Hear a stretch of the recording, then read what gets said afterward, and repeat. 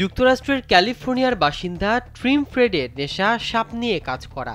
প্রায় 2 দশক ধরে ইচ্ছাকৃতভাবে 200 বারের বেশি সাপের ছোবল খেয়েছেন তিনি। গোখরা সহ বিশ্বের ভয়ঙ্কর নানা সাপের বিষ ইঞ্জেকশনের মাধ্যমে নিজের শরীরে নিয়েছেন 700 বারের বেশি। এই অদ্ভুত ও ঝুঁকিপূর্ণ অভ্যাসই অবশেষে বিশ্বে নতুন ধরনের অ্যান্টিভেনম তৈরির সম্ভাবনা উন্মোচন করেছে।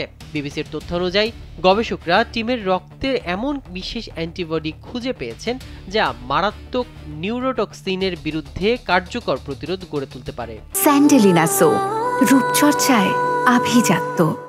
এই অ্যান্টিবডি প্রাণীদের ওপর পরীক্ষা করে দেখা গেছে যে সাপের বিষের প্রাণঘাতী ডোজ থেকেও তা বিভিন্ন প্রজাতিকে সুরক্ষা দিচ্ছে। প্রতি বছর বিশ্বে প্রায় 1,40,000 মানুষ সাপের কামড়ে মারা যায়, আর আরও লাখো মানুষ স্থায়ীভাবে অক্ষম হয়ে পড়ে।